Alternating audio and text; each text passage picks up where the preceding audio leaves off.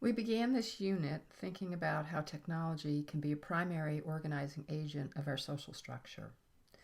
And then we looked at a situation, the 1800s artificial insemination case, which challenged the concept of consent about the use of genetic material, and how that could impact the notion of fatherhood. And we considered the case of the 4 teens, and again, the idea of consent and fatherhood.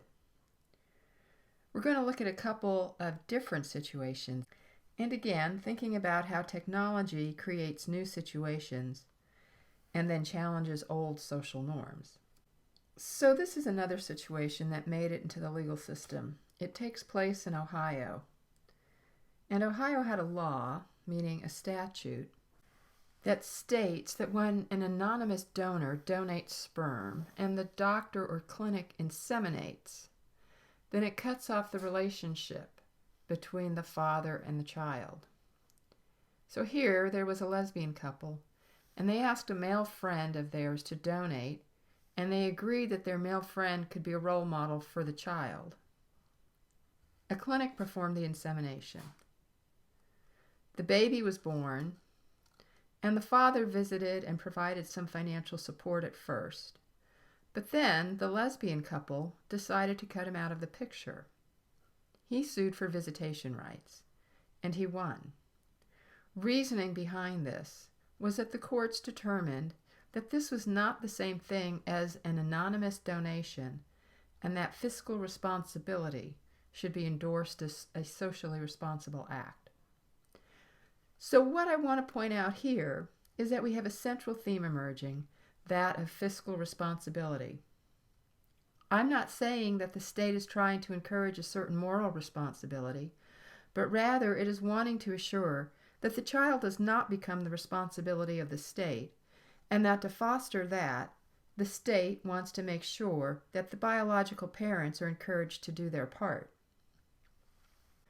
I want to turn now and talk about this idea that I've been weaving into the discussion so far, both from a perspective of this unit but also all along in the course.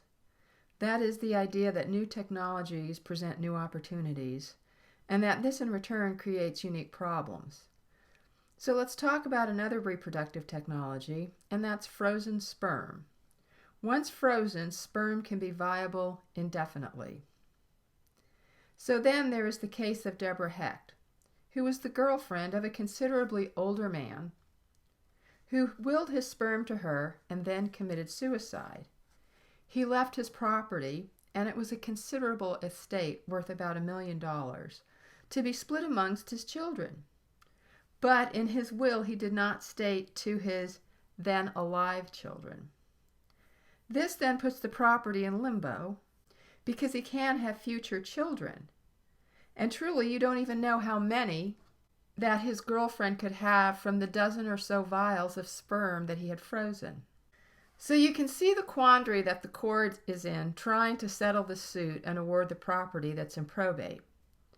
The children of the person that committed suicide felt that the girlfriend knew about the plan for him to end his life, and that she did nothing to stop him because she would benefit financially from his death.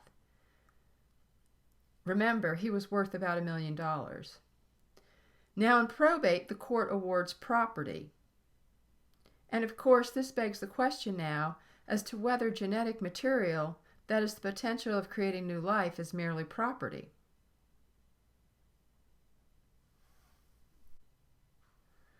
So now we've looked at 3 different situations, all which challenge the idea of traditional fatherhood.